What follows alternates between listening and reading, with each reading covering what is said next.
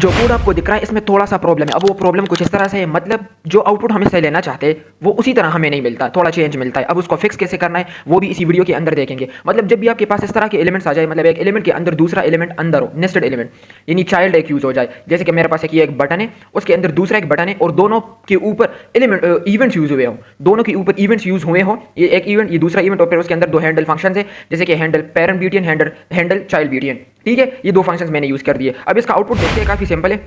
मैं जब इस पर क्लिक करता हूं तो बिल्कुल सही है, I am parent BTN button, ठीक है।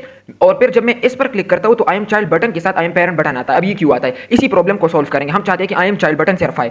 यहां पर एक कॉन्सेप्ट यूज होता है जिसको बोलते हैं इवेंट बबलिंग। ठीक है, आपने इवेंट बबलिंग, इवेंट कैप्चरिंग ये सब तो पढ़ा होगा जावास्क्रिप्ट के अंदर। तो इवेंट बबलिंग एक कॉन्सेप्ट यूज होता है। इवेंट बबलिंग का मतलब यह है कि जब हम किसी भी चाइल्ड पर इवेंट लगाते हैं तो वो चाइल्ड पर जब ट्रिगर होता है वो फिर चाइल्ड से बबल अप होकर उसके पेरेंट तक जाता है, फिर रूट एलिमेंट्स तक जाते हैं, बिल्कुल आगे रूट एलिमेंट्स तक, डोंग के टॉप ट्री, जो डोंग ट्री होता है उसके टॉप तक पहुंचता है। सही है, ये तो आपने पढ़ा होगा। अब ये क्या है, मैं जब इस पर इवेंट ट्रिगर करता हूं तो वो उसके पेरेंट तक जाता है। तो जब पेरेंट तक बबल अप होता है तो पेरेंट का जो फंक्शन है, जो पेरेंट पर इवेंट यूज हुआ है उस पर, मतलब उसके अंदर जो फंक्शन हैंडल पेरेंट बीटीएन वो भी एग्जीक्यूट होता है, मतलब कि वो फंक्शन भी एग्जीक्यूट होता है, जिसकी वजह से यहां पर जो कंसोल है वो भी चलता है। तो इस क्या हमने क्या करना है, इस प्रोपगेशन को स्टॉप करना है। तो यहां पर मैं क्या करूंगा, पैरामीटर लगा दूंगा और इसी पैरामीटर पर मैं स्टॉप प्रोपगेशन मेथड लगा दूंगा। ये क्या करता है, इसी को जो मतलब कि जो इवेंट हमने लगाया है चाइल्ड पर, ये इसको सिर्फ चाइल्ड तक ही रखता है, पेरेंट तक इजाजत नहीं देता, पेरेंट तक अलो नहीं करता। सही है, यानी इवेंट बबलिंग प्रोसेस को स्टॉप करता है, जिसकी वजह से अब स्टॉप प्रोपगेशन लगा के इवेंट बबलिंग नहीं होगा। अब अगर मैं इसको देखूंगा, यानी जब मैं इस पर, एक मिनट मैं इसको रिलोड करता हूं,